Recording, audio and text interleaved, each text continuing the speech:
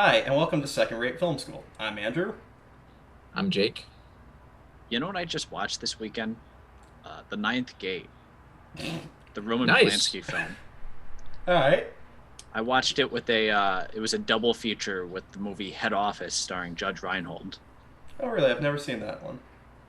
Yeah, it was really good. It's pretty funny stuff. Which one did you like better? Well, I'm a real sucker for a Wallace Shawn film. I mean, aren't Did he we get with all? his assistant at the end? Well, you know what the weird thing is about that movie is that I you got Rick Moranis, Wallace Shawn, and Danny DeVito all in that movie, and they all get killed in the first 15 minutes. Spoilers, I guess, for Head Office. Oh my god.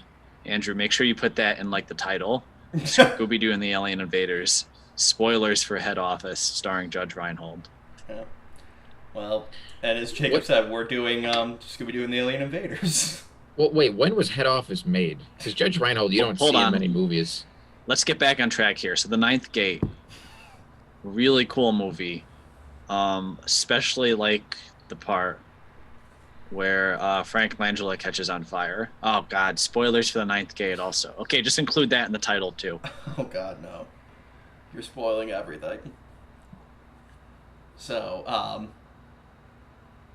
yeah, Ninth Gate. Wait, hold on. What Which do one you- did you like better?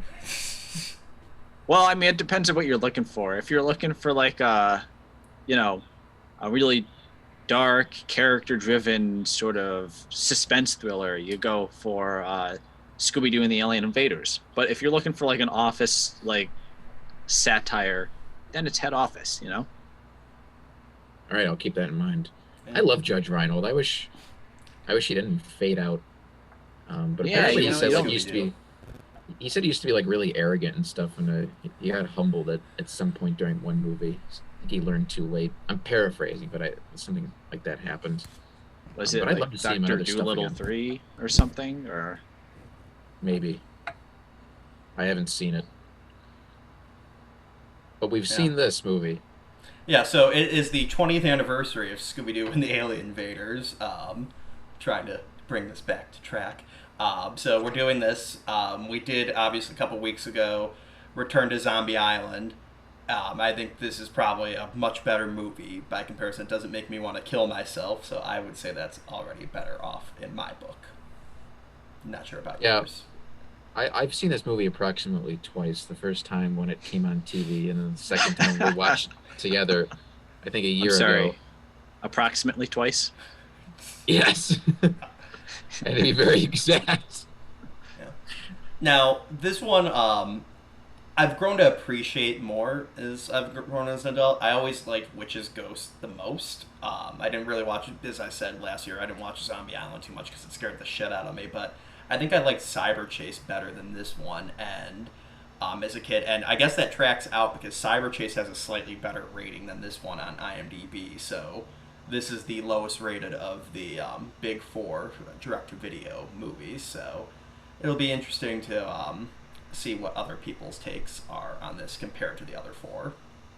I liked Cyber Chase better as a kid, but I think now this one is obviously the better one. The problem is with the four original Scooby-Doo animated films is that, you know, each one got just decreased in quality slightly. So by the fourth one isn't bad, Cyber Chase. It's just kind of hit a bottom there. You start off really high with Zombie Island and then everything in between. I guess Yeah. the thing that sticks out to me with this one, besides being the one with aliens, is that it follows that like Scooby-Doo formula while also having like a Zombie Island-esque real threat in it. Mm. Yeah, well, and that's the thing.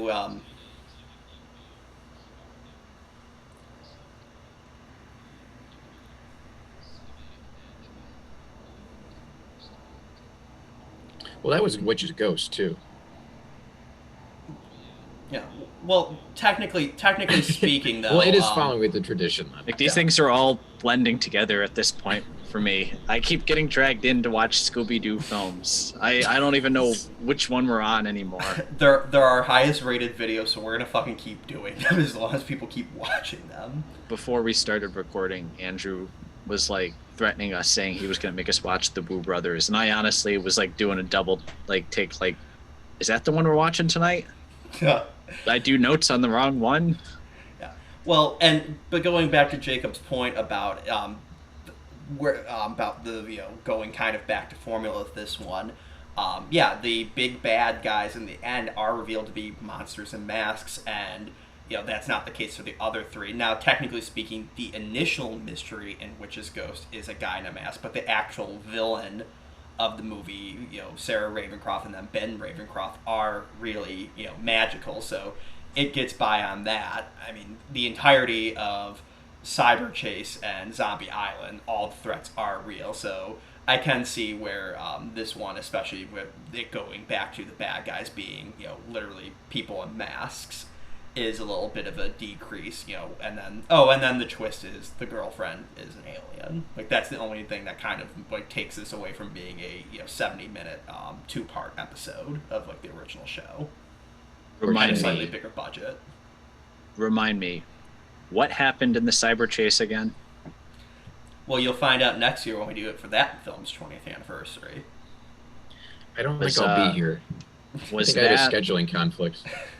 That's the one where they got sucked into a video game. So technically, it's not supernatural as much as just a late 90s, early 2000s movie of understanding of how technology works. It's a literal computer virus brought to life. So that one kind of doesn't have supernatural elements either, but at least it's a real creature with superpowers. It's not a guy in a mask. Oh, it wasn't. Okay. Yeah, but it was created by the one guy, but we'll get into that next year. And they thought that this was a good plot for a Scooby-Doo film. Yeah, it's the only one of the 4 that's on Blu-ray. So, Cyber Chase? They chose to upgrade that to Blu-ray. I saw that at Best Buy a couple years ago, and I'm like, really? Cyber Chase is the one that we decided to put the Blu-ray treatment to? And you spit on it. Yeah. I guess Did it you is the buy it? cutting edge one. No. I actually do like what the aliens look like in this. Yeah, they're broccoli headed, but they're cool. Yeah, it's kind of freaky looking. I like it. Yeah. They remind me of the there's a Powerpuff Girls episode where like vegetables come to life, and none of the kids in the town want to eat their vegetables, and they finally all the adults are turned into vegetable creatures, so they have to eat the mutated vegetables and all that, and it was a weird moral, but the main bad guys are broccoli head monsters, and I always thought they looked like these guys. I actually think the fake aliens look better than the real ones at the end. Yeah, I mean the real aliens just the one looks just I guess your typical gray-headed alien, and then they try and make the other one look bird-like or lizard-like. But yeah, we'll get to that. Yeah, I guess that's the point, but we'll get to it. I do have to say I do like as appreciating more. I do like the backgrounds in this, and I think that's why I now like Cyber Chase the least, is because they don't. There's not really. Oh, and there's that guy in the overalls. He's in Witch's Ghost. He's one of the people at Oak Haven. He's become a reoccurring background character in the series. He's become an inside joke. In What's New Scooby-Doo, they have a website where people hate them, and it shows people dissing Mystery Inc., and he's one of the people on the chat page. That's actually pretty funny. Yeah. But going back to what I was saying, Cyber Chase, you don't get these great backgrounds that you did in the first 3. The New Orleans swamps in the first one, New England and autumn in the second one, and then the desert landscapes in this. Cyber Chase, they have every 2-3 minutes you're getting a new background, you're getting a new setting. So I'm appreciating now this one gets more breathing room, much like the first 2. Well, this was the last of the traditionally animated Scooby-Doo movies, right? I believe so. That might be why Cyber Chase is on Blu-ray, that they might have just been able to up-res it easier than this. Oh, that makes sense. Yeah. But it still feels cinematic at this point, or maybe that's too big of a word to use here. It feels like a movie plot versus just a extended television episode like the last Scooby-Doo film we watched. Yeah. Well, and that's Oh like yeah. it's when I said like this felt like a two-parter. I didn't mean like I didn't mean it like it actually was a plot. I just was referring to the fact that it was a monster in a mask or a person in a monster mask again. But yeah, no, it still feels as close to cinematic as Scooby Doo really has gotten. I know we've had several theatrical movies, but I would rather watch this than Scoob, to say lightly. And then the live action ones are technically not the same thing. So I hate to interrupt, but we should we have the subtitles on now? oh, there's no subtitles on this. I illegally downloaded this. Sorry. Oh, okay. Maybe just cut that last part out then. Yeah. Okay, continue. No, I'll leave it. Uh, Oh, so this is the Scooby Doo recreation of the Communion. I'm thinking it's the Scooby Doo recreation of the what was that Christopher Walken movie where he gets abducted by the aliens? And it's like that really weird trippy movie. The Communion. Oh, and that was it. That was it. Oh, okay. I didn't know what the name of the movie was. I've just seen those clips divorced of context from the movie. I actually watched that whole movie, The Communion, in high school. How was it? It's Go like into Christopher detail. Walken's like naked and he's walking amongst these aliens that look like they actually look like lawn ornaments. And he gets probed by aliens. I just remember they stick the probe up his ass and he's just muttering, "Kill you, kill you." It's very trippy. Just that scene alone. I'm sure the movie's great, but like the scene alone is just trippy, and I love watching it every night before bed. You know what it is? It reminds me of Jack Nicholson in The Shining watching that movie because the second Christopher Walken comes on screen, you're like, that guy is crazy, which I He's gonna guess murder did not everyone. sit well with Whitley Strieber, the original author. Yeah, well, there you go. So no, we didn't see this old man get a probe shoved up his ass, though. I think that might be in the X-rated cut. Maybe they cut that out. I don't know. So, um, Yeah. yeah, They'll gave that include that book deleted Emmy scene series. on the eventual Blu-ray release. yeah. One thing that's of note with this one is this is the last outing of Mary Kay Bergman as Daphne. After she tragically committed suicide after they wrapped this. So and then afterwards she's been replaced and still is being done by Grey Delisle. So this is also a sad movie in that respect. I like Grey Delisle, but I've always liked Mary Kay Bergman's Daphne a little bit better. It's very sad. Yeah. Yeah. Well, this so movie's I guess they had dedicated just to her, finished isn't it, at recording the her end? lines. Yeah. That's like the interesting thing. Like a lot of movies, like I grew up with animated movies. I grew up with like these voice actors were just like dying off in the middle of it. Like I know the Jetsons movie, George O'Halloran, who played George Jetson, died like partway through making, so they had to have like a sound alike come in, and it was the same thing like with Mel Blanc. Like both of them like died like or one died while making them. Mel Blanc died like right after they finished filming. It's like all these classic voice actors just dying as the movies end, and then you have to be reminded of mortality. It's like, oh wow, that Scooby-Doo movie was fun, dedicated to Barry Kay Bergman. Brought the mood down. At least it's not a Well, at least we got tragic suicide. It's they're getting older, and there's natural causes. When it's still sad. Well, with the Jetsons movie, I need to. They did at the end of the credits. It was dedicated to George O'Halloran. So I guess Mel Blanc died a little bit later, but they had Don Messick, who was the voice of Scooby, the original voice of Scooby, but he was also the voice of Astro, do one final line of "I love you, George." And it's like, aw, that's touching. And then he died.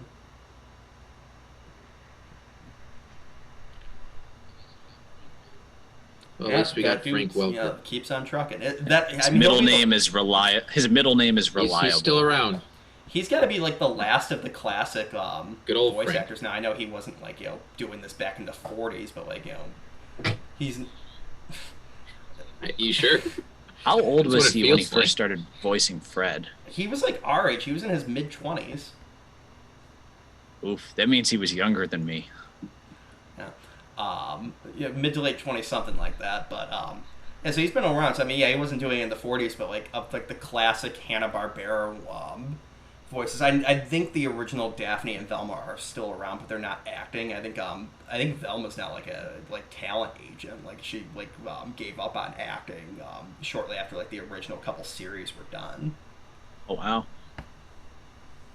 Yeah, and actually, her and my one Scooby Doo tidbit is her and the original voice of Daphne were roommates, and I think it was the voice of Velma got Daphne the role. Yeah, because no, there was two different Daphnes in the original series, and when the first one left, and then they needed a new one for season 2, she's just like, "Hey, my roommate could probably do it." So Velma and Daphne were lesbians, I'm assuming, in real life. That's how I like to imagine it. I mean, why not? Daphne didn't have much of a personality in that original show. That was half the fun. Same thing with Fred. Well, it's not the characters, it's projecting onto the characters. Yeah. Like all great writing. Yeah. Well, that's the reason why Fred and Daphne would often disappear to go look for clues by themselves. You know, that's where the dirty joke of, oh yeah, they were going to look for a place to have sex or whatever. It was just like the writers didn't know what to do with the two of them. Like they're like, okay, let's get them out of the fucking way so we could do more funny shit with Shaggy and Scooby, and and Velma will find clues. Like they were unsure what to do with that many people, and I guess that's why so many instances in the 70s and 80s they lost a couple of the teammates. I sometimes think that's like that's half the fun with watching Scooby-Doo when you're older, is projecting meaning into where there is a vacuum of such. Oh yeah. Because, it's such a straightforward, simple concept. So what are Fred and Daphne doing? Or like, oh, is Shaggy a pothead? And that's why he eats so much, Yeah, no, I mean, the series is all surface, but it's fun just to add stuff to. And that's something you don't see too much with the other series. And like, I know people, do the joke, oh, the Jetsons to post-apocalyptic world and blah, blah, blah, blah, blah. But it's like, you don't hear the fan theories for nearly as much as you do with this show compared to other things we grew up with. Simple, popular, and surface. So you got lots of ways to project your own ideas into it. Yeah. And again, it goes to show you, it's like what we said last time around, it's like the franchise is now 50 plus years old. They've been doing something every year for the last 20 plus years, and the 90s was really the only dry spell they had with Scooby-Doo, and I blame that mostly on the rise of Cartoon Network, that they're just like, oh, we just can keep rerunning the same old shit we have, we don't need to make new stuff. So then they realized maybe we can make new stuff. And then you had the 70s and 80s, which were pretty much the dark times for Scooby-Doo. It's funny, the decade where they made nothing was better than those decades where they were making probably the most stuff they did before like the 2000s. It was a mess. Kind of reminds me of now almost, where it's, I don't know if it was directionless. It was just, at least the quality itself wasn't particularly good. I mean, actually no. You have Mystery Inc., that show that came out several years ago. It's like it's like kind of like what we were talking about with the last movie. It's like almost like a pick your poison sort of thing, where it's pretty directionless in the 80s stuff, and it's clear they didn't really get what the appeal of the show was, but it's very creative and out there, so it's interesting to analyze, I guess. But then like the new stuff is, I guess, more true to the concept, with quotes on that, but on the same token, it's kind of bland and homogenized. And I mean, I think it just comes down to effort. Like, if as much as I liked Reluctant Werewolf and Boo Brothers growing up, I can acknowledge they're not the best thing. So like, that's one when they're doing, oh, the monsters are real, but like Zombie Island isn't, and Witches Ghosts aren't great because it's just because the monsters are real. It's like they're decent stories. So I think it's just a amount of effort that needs to be put in. You can tell a really good Scooby-Doo story where they're just solving a straight up mystery where it's a person in a mask. You can tell a really good Scooby-Doo story where the monsters are real, and on the same flip side, you can tell really shitty Scooby-Doo stories where the monsters are real or where it's just a guy in a mask. It's not an inherent one idea is superior to the other. So I think it's just sometimes they get complacent. So we might just be in the same place where we were in the 70s and 80s, where they're churning shit out. They don't really care nearly as much as the quality because kids are still gonna watch it. Yeah, you had Mystery Incorporated, but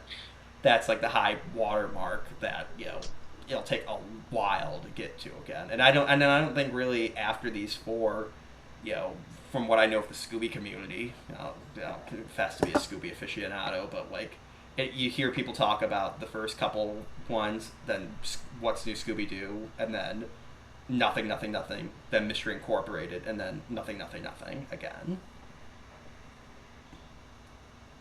Oh, Scooby-Doo, Where Are You?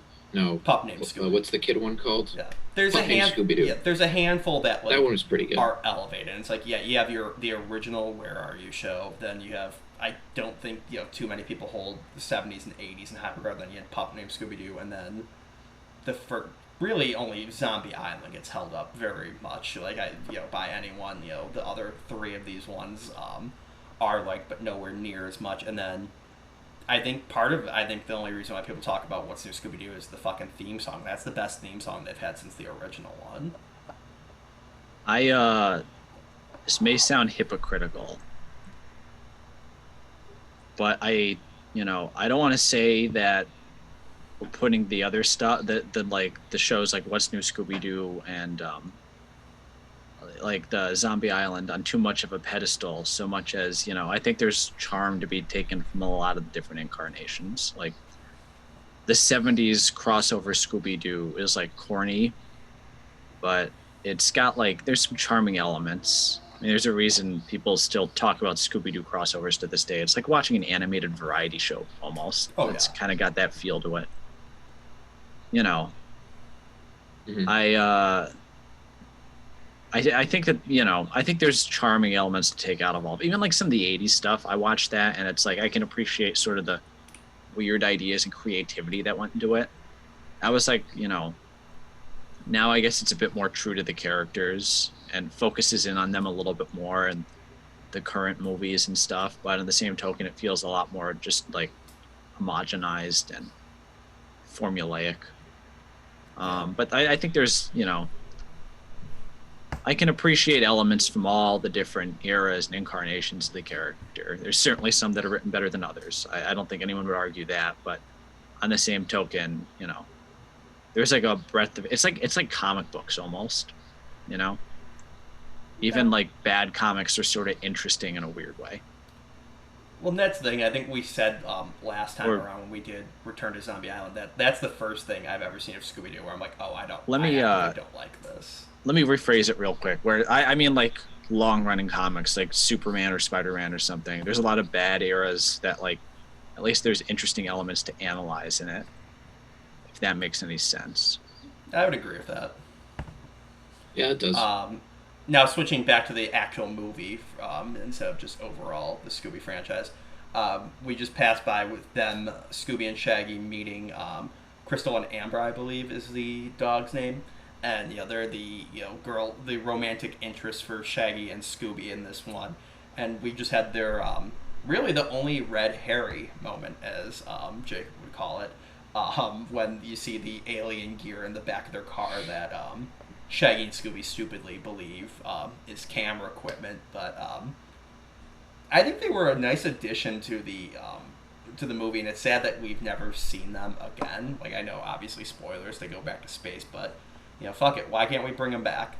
That's the thing you see where it's always a little difficult when they add a fifth, and in this case, a sixth and seventh in this case member to the team for the movie. I think it works, well in Witch's Ghost and Zombie Island. You have the people with them interacting, but I think maybe because these people turn out not to be evil, it just feels a little nicer, and it works out where it's like you really feel. I think it's a well written relationship. You really feel that Shaggy's in love, and as we're coming up now to the musical number, which I give props to Scott Innes for being able to sing very well as Shaggy. That's impressive when cartoon characters with weird voices can sing.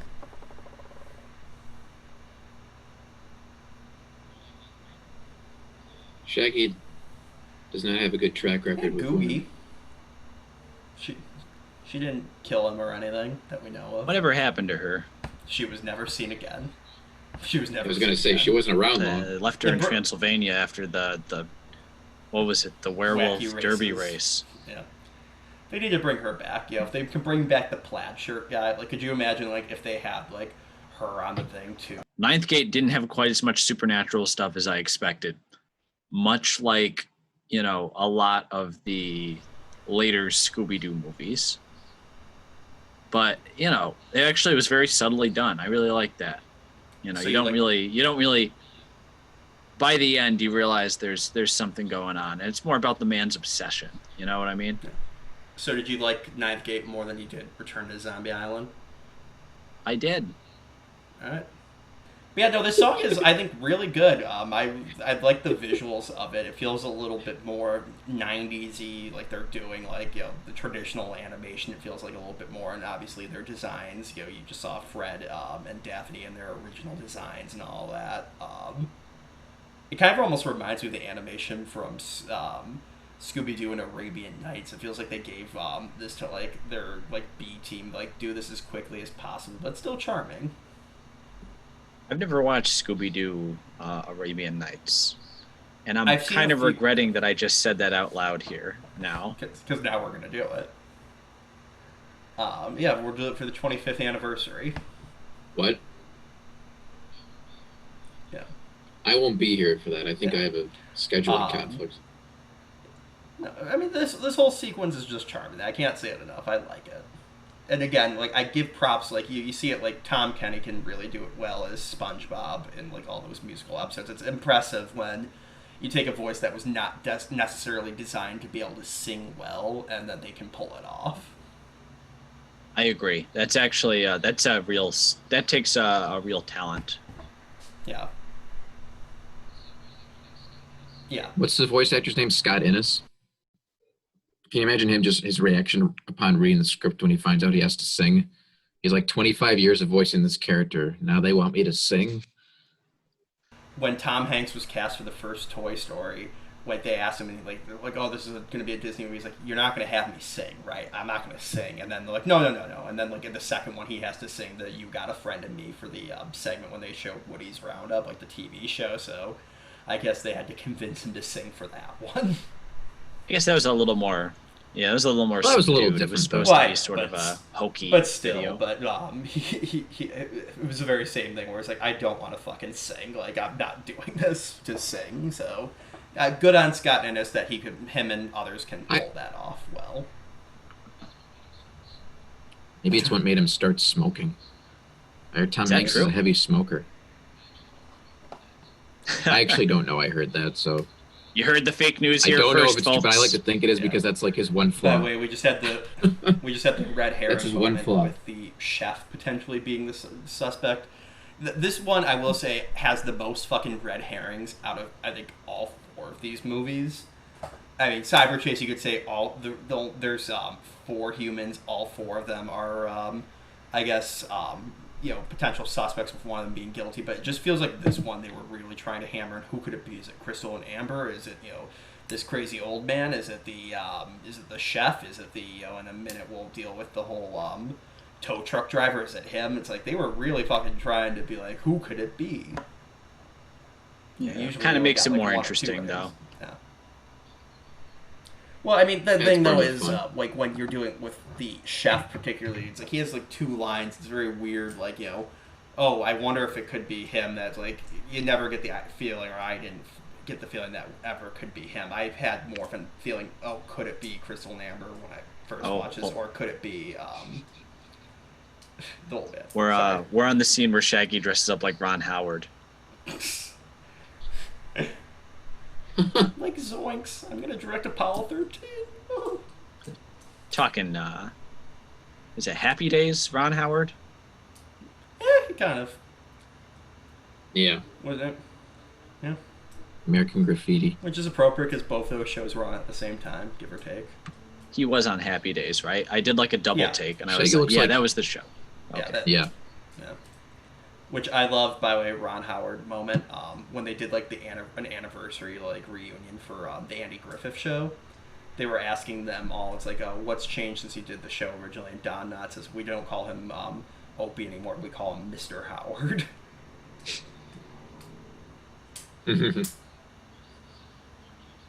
Oh, this is the scene where Fred kicks down the car and Yeah. and it smashes in this guy. This is where he goes all bad cop on him, bad lieutenant. I was about to say he's got his bad lieutenant. Could you imagine Harvey Keitel playing Fred? That'd be one intense Fred. He's got the wig. And it's live action too, and it's just like it's with like the cast who played them in those live action like made for TV movies, like with Robbie Amell playing Fred. So it's just him, and then a bunch of 20-year. It would be like Pup Named Scooby-Doo again. I was gonna say the age difference wouldn't be that much of a stretch after a pup named Scooby-Doo. And they'd be much closer. Hey, Scoob. We're gonna solve some mysteries. By the way, you said really intense Fred. That reminds me, I think it was in our Zombie Island commentary when we're talking about the Three Stooges movie, and one of you two said that they originally wanted Sean Penn to play Larry, and one of you said that'd be a fucking really intense Larry. Yeah, that's the alpha. He'd be fucking beating the shit out of the other two. No, like we were watching that compilation of the time the Stooges were accidentally like hurt, like really hurt while doing the stunts. Remember that? Oh, God. That happened to Sean Penn. Like crew members would die.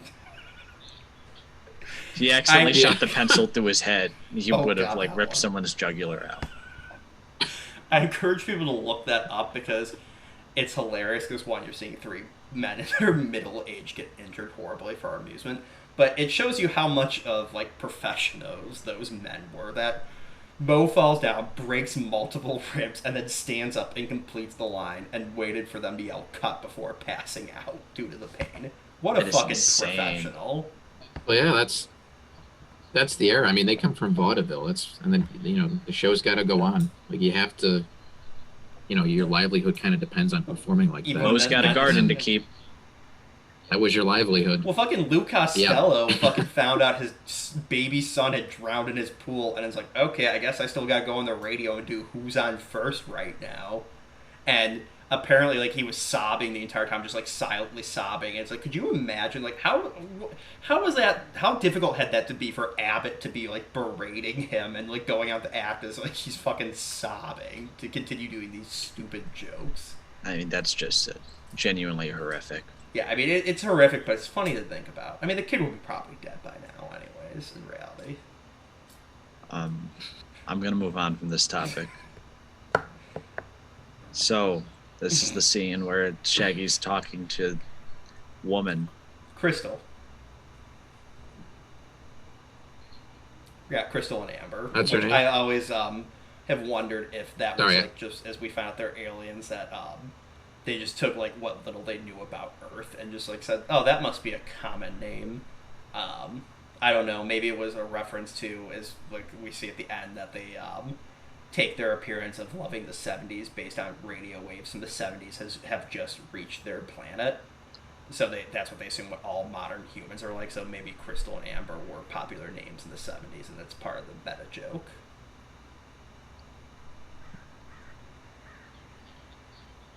Well, they're more like 60s, hippies, so it'd be like yeah. the 60s. But either way, that's the whole contention that and I thought that was very clever when I was a kid. The first time I watched this, I didn't suspect they were aliens because they're dressed up like it's the 60s. It's like that's just the aesthetic of Shaggy and the whole franchise, but it's a very clever, and then it's like a little lampshading. It's like in the Brady Bunch movie, where they're making fun of like how it's the 1990s, but they're still talking like the 70s, and how it makes zero sense to the people who are around them. That actually is pretty clever. I can appreciate that. Well, and they did that in the Zombie Island. They had two meta jokes about that, where Shaggy opens up his suitcase and you just see nothing but green t-shirts and like red pants, and then like he's trimming his like goatee. He's like, much better. Doesn't look different at all. And then Fred even like thinks like of putting on an ascot. It's like, nah. I appreciate the plot like the plot oriented element to that kind of reference here, because Yeah. it's not just a meta joke. It kind of informs the character. True, but it worked. Both of them still work though. Yeah, no, I like Yeah. that. Yeah. I like how it informs the character and the plot. It's not just an Easter egg. Yeah. And I think that's another reason why I like this one a little bit more. I liken this almost to Back to the Future 3 is my favorite of the two sequels. I know I'm in the fucking minority on that one. But I like the simpler story and then the romance of this one. Much like with Back to the Future 3, it's a little slower. Than Doc and Clara get their romance. And it's nice moments. And I never really thought of Shaggy having a romance. Like you think of all the characters, he's the one that's really him and Scooby are really the only ones who haven't undergone any changes really from like the original version to now. I mean, Velma's still kind of the same. Now, and as we discussed last time, they're trying to add in that she's a skeptic to like an insane degree. But they've changed Fred and Daphne. They've actually given them personalities, but Shaggy's always been constant. So it's actually nice to see like, oh, we're gonna explore what his romance side would be like. It's having fun with the characters and giving them something to do. So it's there's again like a movie element to it.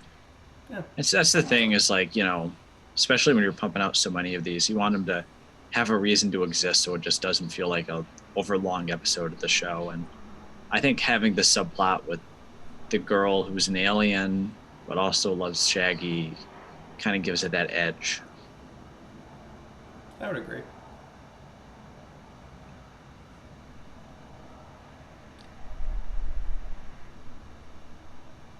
Right, Jake? Yeah. Yeah, no, I agree. I like this movie. The music in it's really good too. I think this is, if I'm not mistaken, this is the last time that Louis Febre guy did the music for him. I don't think he did Cyber Chase, or maybe he did. Oh wait, he didn't do it. It was He didn't- already starting to get stale here. Yeah, he didn't do it for Zombie Island, so I forgot he did it only for 3. Well, no, but I do like we could our series running joke about the one music guy for whatever reason we've latched onto that. Well, it's because we can't stand it, right? Yeah, no, We just No. can't take any of it. I do like. I think actually the music is good in this one. They do. Lewis does do music with the. Like I don't know if they actually used a theremin, but it sounds like they're using like theremin type instruments, and it does feel more in line with like a '50s B movie that you would see about alien invaders. And they even the marketing team and the logo team, they did when they had the Alien Invaders logo. It looks very much like what you would see on like Attack of the Saucer Man or like some like 50s B movie like quality like that. So it's a nice little addition to it. They could have just put generic music, and I know we saw Jennifer Love Hewitt sang the Scooby-Doo theme song as generically as possible at the beginning of this, but the actual instrumental music that they got to do, I think, is a nice touch. Wait, Jennifer Love Hewitt. Yeah, sings wait, a what? song in this movie? Yeah, she's the one. Go back and listen to it with audio. She sings during the chase scene with the aliens at the beginning. She's singing the Scooby-Doo "Where Are You" theme, which all of these movies had to put in. In the first one, it was done by the band who did "It's Terror Time" again on all the songs, and then Billy Ray Cyrus did it in "Witch's Ghost," and I don't know if anyone of note did it in the fourth one. So I taught you guys something you did. I think Rodney Dangerfield. No, he Thank got God. it later. Oh, we should do Rover Dangerfield. You guys want to do that one? Might have a schedule. That's like a great idea for a 5-second short film. No, Maybe but TikTok maybe not now. that long. Like, how long does it take you to read the 2 words Rover Dangerfield?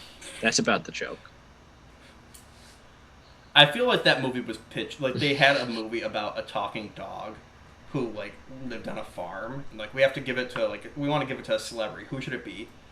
Rodney Dangerfield. We'll call it Rover Dangerfield, and that was the sole reason they made that movie. a pun on his name. You know, I'd like to add more to this conversation.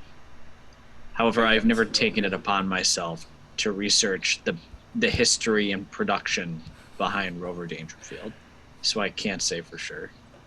See, that's a movie like Rockadoodle and Iron Giant that I saw like a million times in my childhood because they aired that on the Cartoon Network, like movie of the week thing, like a billion times. Like they only had a handful of fucking movies and they reran them constantly. That and Cats Don't Dance. I remember seeing those movies so many times growing up. Interesting. Because I used to watch a lot of those. I don't remember them. I don't remember those specific movies. I remember Race for Your Life, Charlie Brown always being on there, and then like the American Tail movies. You know, the Scooby-Doo ones obviously were very popular. Yeah. It's actually weird. I remember one time seeing Who Framed Roger Rabbit on it, which it's like, how the fuck did they get that one? That's a Disney movie. Much like how I said I once saw Beetlejuice and Super Mario Brothers on Disney Channel. Sometimes, I guess in the early 2000s, they did weird fucking programming like that.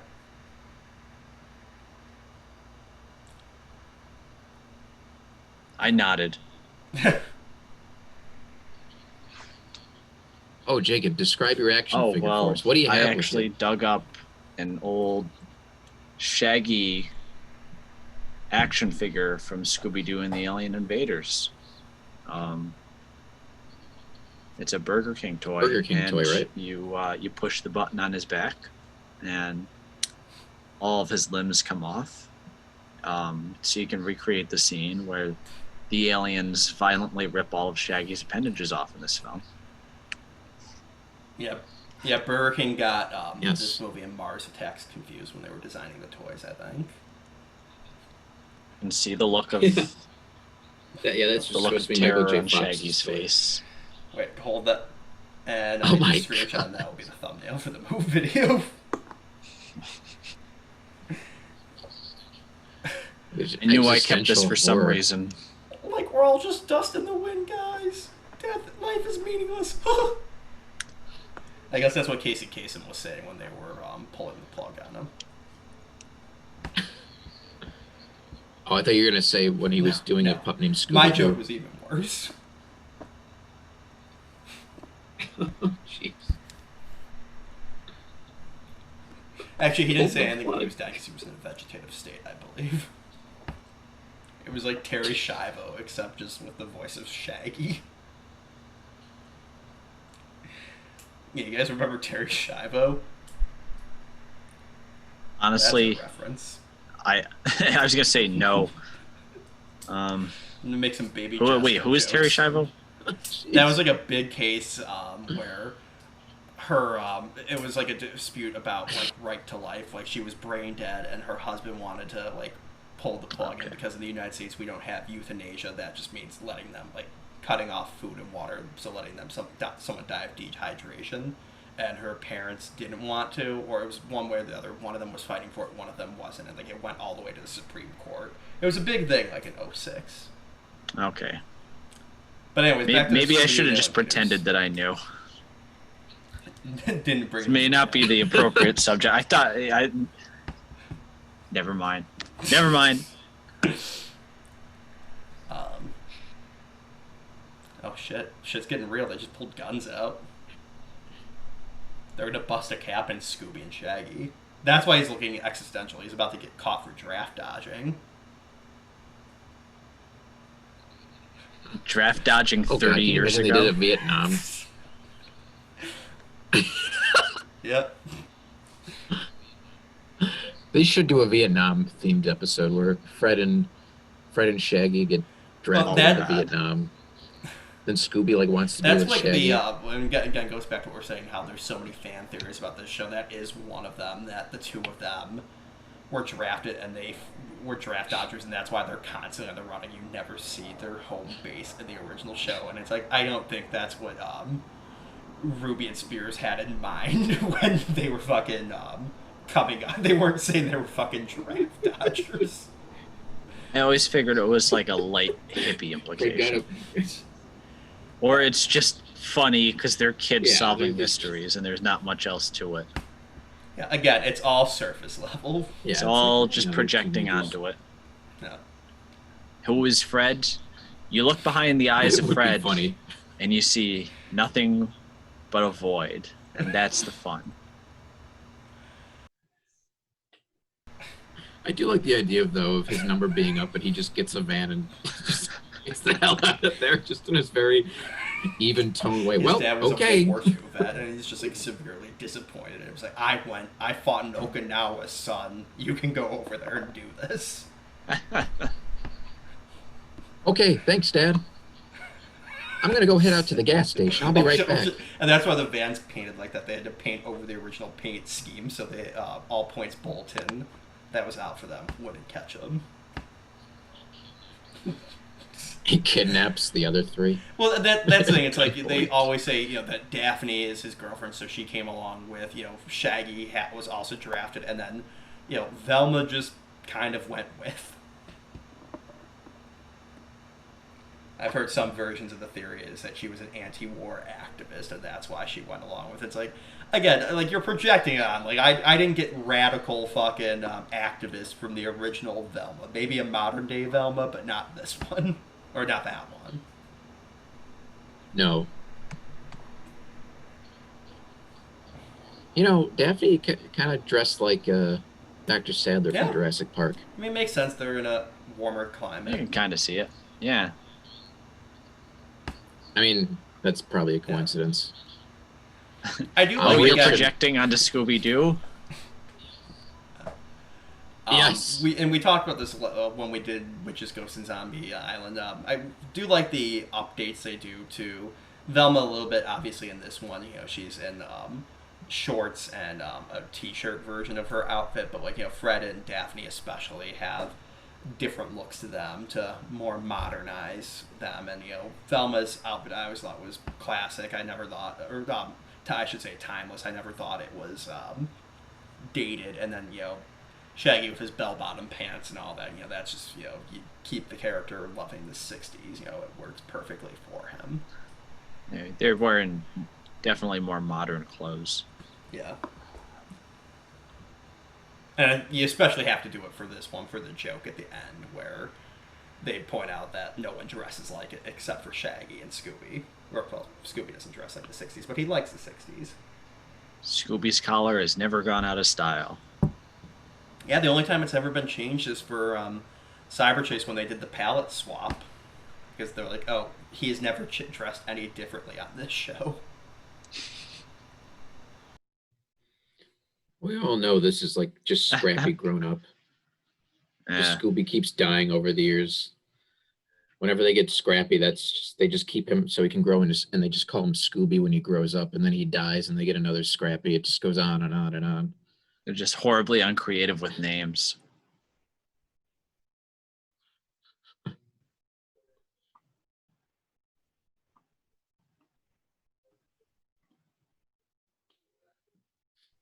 So that's like the bad timeline right there. So, 2 years after Scooby-Doo 2 Monsters Unleashed, Matthew Lillard is, crying as they're Marley and meing Scooby at the vet. See, that'd make a good third movie, is that they got to train the evil Scrappy to become the new Scooby. They're just beating the shit out of him, and, lobotomizing him so he gets, the voice impairment. I just want to imagine Fred doing all these things. Okay, Scrappy, don't say I didn't warn you. Come out back with me. He's just, electrocuting him with a car battery. He's like, what's your name? Scrappy. No, it's Scooby. Gee, gang, I don't think it's working. It's like One Flew Over the Cuckoo's Nest. Velma, do we have the voltage? Jesus Christ. I don't know, Fred. Oh, this is great. It's got to be like One Flew Over the Cuckoo's Nest. Then at the end, Scooby's just totally fried, and then Shaggy comes in and Mercy just kills him. lifts the drinking fountain off and just throws it out the wall. God. Then he escapes. So just imagine Fred dressed as Nurse Ratched then. Oh, God. I prefer to think that the guy who escapes at the end is Scooby Dumb. Scooby Dumb Mercy kills his nephew. Oh no, Shaggy's definitely the Brad Dourif character Oh when he God. commits suicide. I actually, Yeah, he's definitely I Scooby. I mean Shaggy. I actually had an idea for a film in college I wanted to do called One Flew Over the Mystery Machine, and it was going to be about Shaggy in a mental institution. And so, like, the whole thing was it would open up with them solving a mystery, and it would be a guy dressed up in a Scooby-Doo costume, and then it would cut to everyone else's perspective, and it was just Scooby or Shaggy talking to a regular dog. And, like, they check him into a mental institution because they're like, listen, we were stoned for a long time. We just thought he was drugged out of his mind, but no, he's actually crazy. And it would be a whole movie about Shaggy losing his grip on reality. Well, Was, how are you going to pull No. off the Scooby-Doo effect? No, it was For a gonna sh- just be for a like student short film. That show Wilfred. It was gonna be a guy in a Scooby Doo costume, just like talking. That's actually kind of funny. Oh, okay.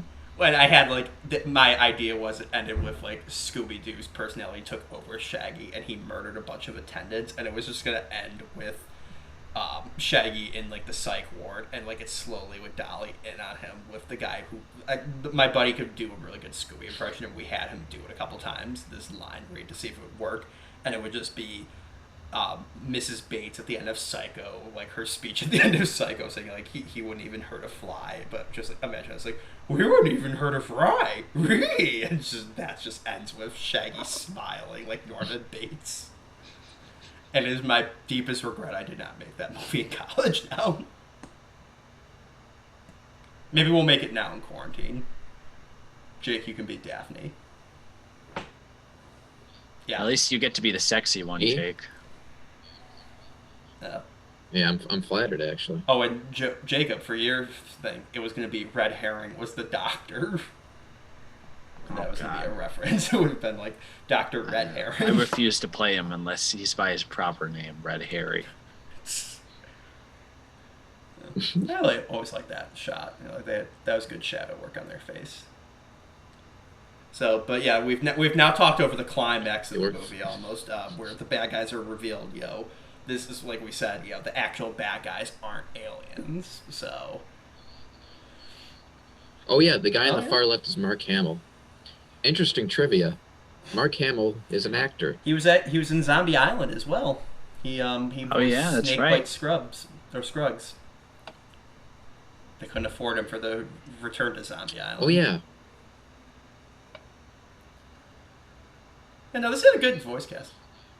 He was also in Village of the This Damned. had a good voice cast. Keith David was the voice. They're the voice of the aliens when they're in the costume. Now I don't know how any of them sounded like Keith David, but whatever. We should recast Scooby-Doo with just actors that were in Village of the Damned. Christopher Reeves, Kirstie Alley. Oh god. Could you imagine like during the chase scene, just like Christopher Reeves, I'm assuming is playing Fred, just wheeling down the hallway through the like hall corridor of doors. Yeah, I was about to say Christopher Reeve would have made a good Fred when he was younger, but like Slash I suppose it's not the hardest role in the world to play.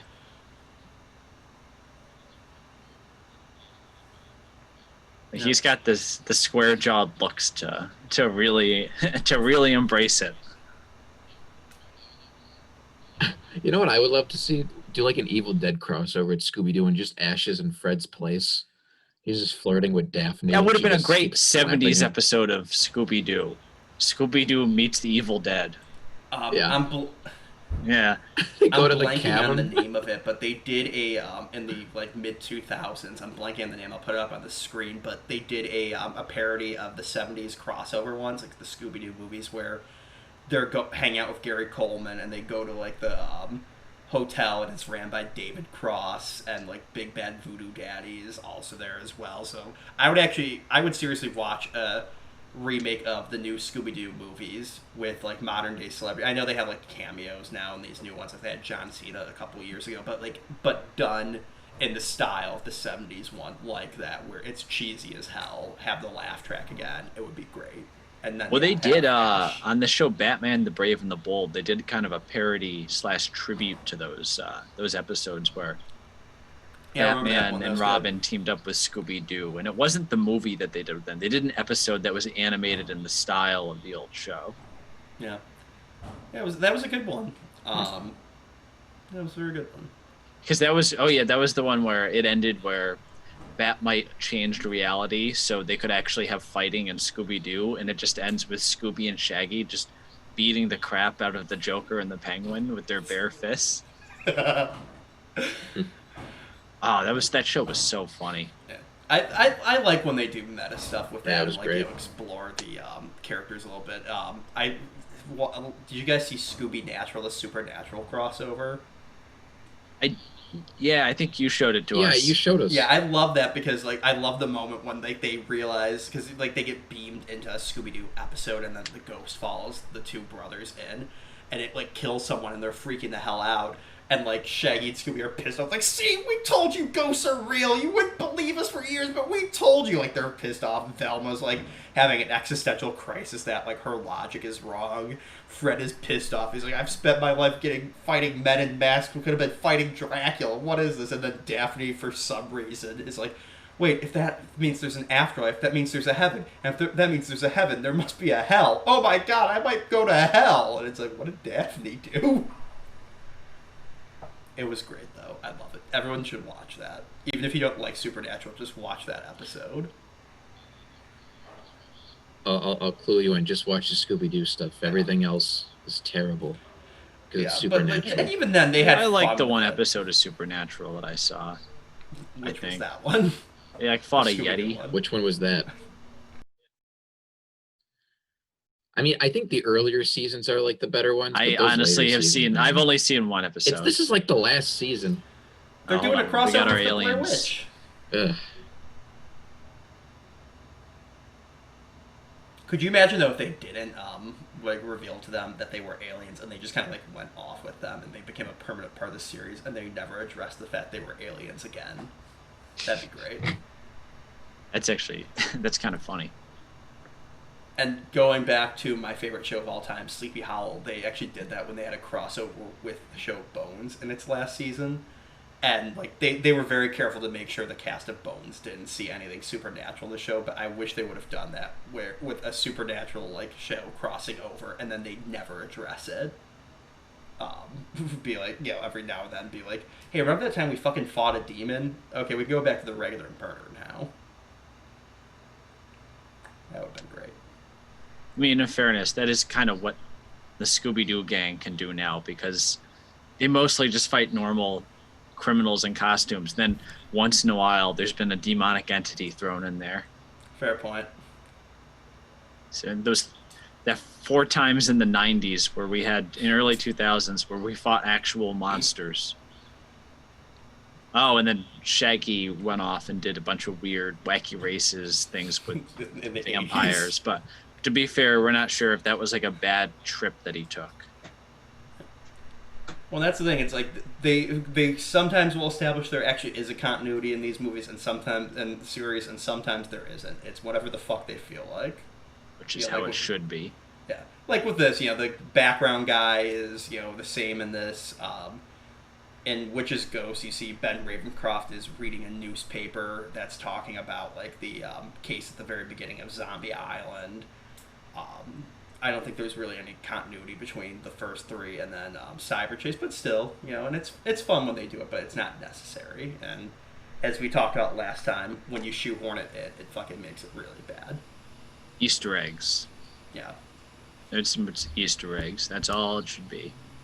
Or needs to be, I should say. Because that's the thing. I mean, you don't need to have seen Witch's Ghost or Zombie Island to enjoy this one, and vice versa. They all work well on their own.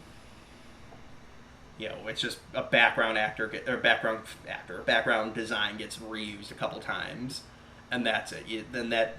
As a kid, I enjoyed that. I could watch these in whatever order I want.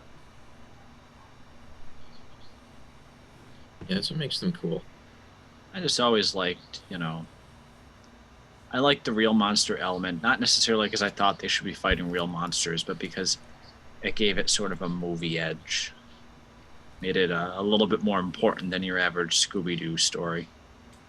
in that And regard. again, yeah, one again, it goes back to what we were saying earlier. That it's like if you do, as long as you do it right, that's all that matters. So in these ones, when the monster is real, they wrote them reasonably well. In these latter two, the first two, they wrote them very well. But the fact that the monsters are real doesn't make it well written. It's the fact it's well written is why it's good.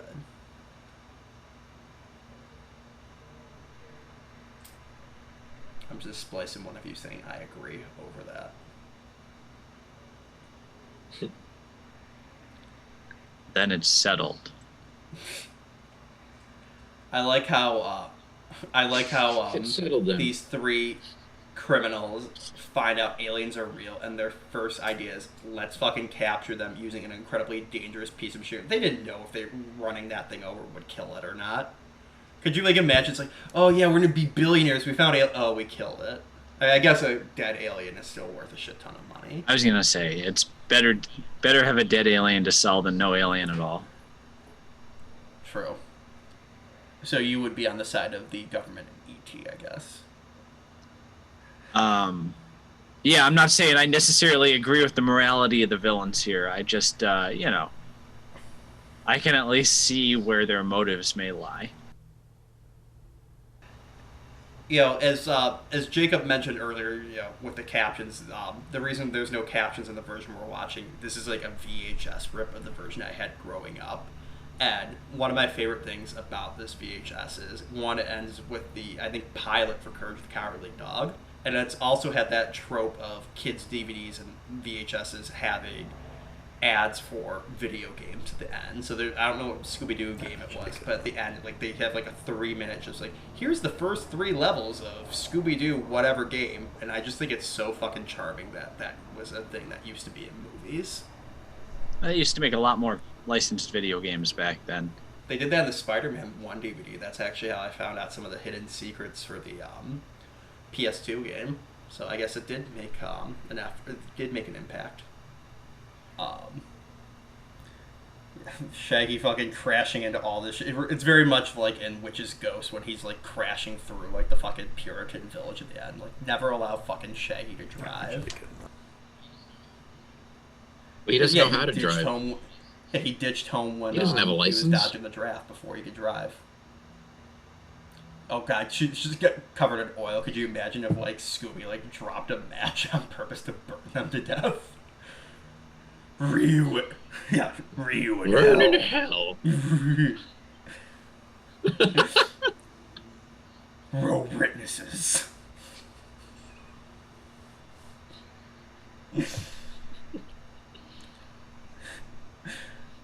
Oh, then drop the net on him. Like I said, that's what would have been the plot of my movie. Shaggy's killing all these people because Scooby's possessing him. There's a dark film in there somewhere. Don't touch him. You'll get a virus and die like in War of the Worlds. Oh god, that's why she doesn't appear again. She brings the virus back to her group of her aliens, and you see the spaceship crash at the end. The moment Crystal stepped foot on our planet, breathed our air, drank our water, she was doomed. Doomed by the tiniest creatures God in all his infinite wisdom put on this planet. Midichlorians. This is not nearly as rushed as the third act of War of the Worlds. It's a coincidence we're talking about that, because I actually just finished reading the book War of the Worlds yesterday. Really? Yeah. Oh, nice. They spend the first third of the book stuck in a pit, the aliens.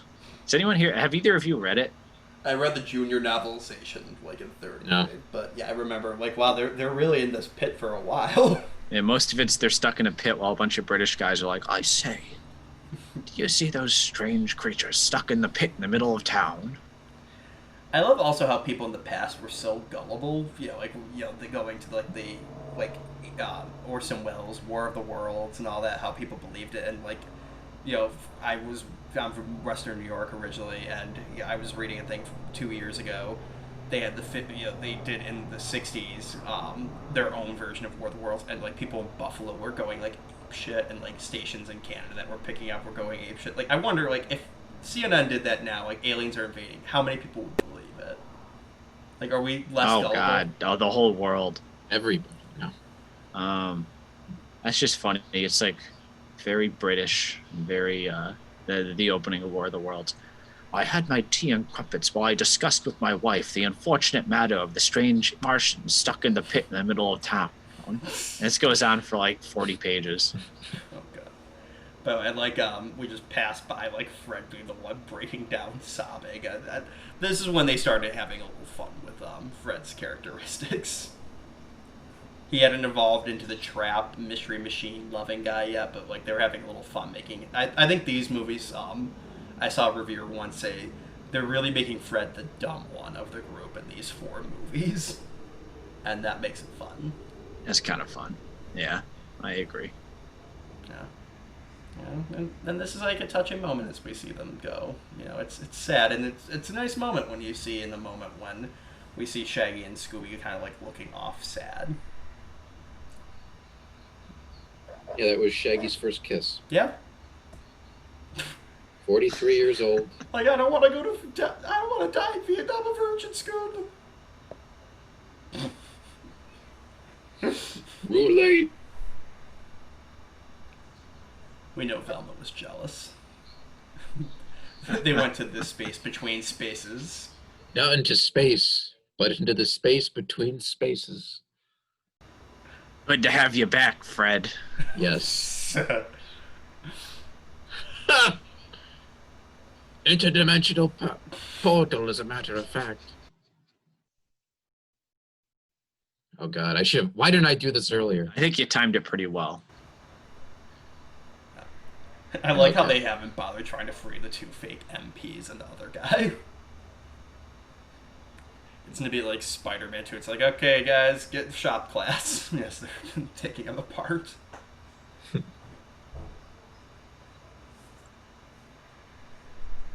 Yeah, this is if you did take out the whole Crystal and Amber stuff, this would be just a typical plot to a Scooby-Doo show. But you know, I think they still do, even aside from Crystal and Amber, they added enough to make it feel more cinematic, for lack of a TV movie ick versus just a show. It's got some solid animation, and some of the imagery in here is compelling in its own right, with them getting kidnapped and some of the designs of the aliens.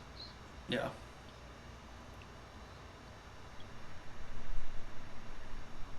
I love how just jaded they're becoming to real life supernatural stuff at this point. They're just like, aliens are real, whatever. Yeah, you know, at least they were friendly in this case. It wasn't demonic cat gods that probably want their souls now. Or evil Tim Currys with magic powers. Yeah, this is the lowest stakes. And I think, again, that might be why people like this one the least. This is the lowest stakes. Like, I know they were going to be fucking dropped in a pit and murdered. But it's like, I guess if you had to, like, if I had to choose of the demise of getting my soul sucked out by a cat god or tortured for eternity by a witch, presumably, versus just being dropped down a pit and dying, I guess that one would be the one I'd choose. I think the stakes are good in this. I like that it's like, you know, it's just their lives at stake there in terms of like I'm saying it's like the lowest stakes, that's why people might like this sticks out a little bit more than the other ones, where even in the 4th one it's the whole world. So this is like the odd one out of these 4 ones. Yeah, I get you, but it always felt like a real danger at the end of this movie. It didn't bother me either, but speaking of low stakes, I just watched Lake Placid for the first time a few days ago. Talk about the nicest, most inconsequential monster movie I've ever seen. It's been forever since I've seen Lake Placid. Isn't that the movie about the 1980 men's Olympic hockey team? Yes. That's with Kurt Russell. Joke about that. And they got over that heartbreak really fucking quick. But, oh Jesus, the van shaking and Velma comes out like that was a little bit more suggestive than I think they wanted to do. Don't worry, there'll be other women for Shaggy. like Mary Jane. Like, that is my favorite name. Like that is my favorite name. So, well, we hope you enjoyed our annual trek into the world of Scooby-Doo. We're never gonna do a movie like Return to Zombie Island again, so don't worry, we'll be happy from now on while we do this. Yes, bottom line, if you like to watch Scooby-Doo movies, you'll probably like to watch this movie. I give it a good B. I think this is a B in terms of Scooby-Doo movies, I should say. All right, good night. I prefer to watch the credits in silence. I want to pay respect to the See you, Jennifer Love hardworking Hewitt. women and men who have worked on this. Oh my God. You know, her Yeah. career was doing just fine. She was in Party of Five. I know what she did last This was probably summer. a bigger deal than we're giving it credit for when it came out. I mean, it wasn't like huge, but it was, a notable DTV release. I mean, they probably threw a shit ton of money Yeah, at that's her, and then true. also, she was in the age range that this was on when she was growing up, so she liked it. Yeah, I'm sure she would have been watching Scooby-Doo Yeah. Goes to Hollywood. That's what made her want to become an actress. Jeez. So, all right. Well, until next time, everybody. Have a good night. Take care. I'll just dub an old good night from you, Jacob, if I have to. I think you should take the last thing I said and make that the very last line of the whole commentary. If you like watching Scooby-Doo movies, then you'll like to watch this movie. That should just be it, and then it should just end on that.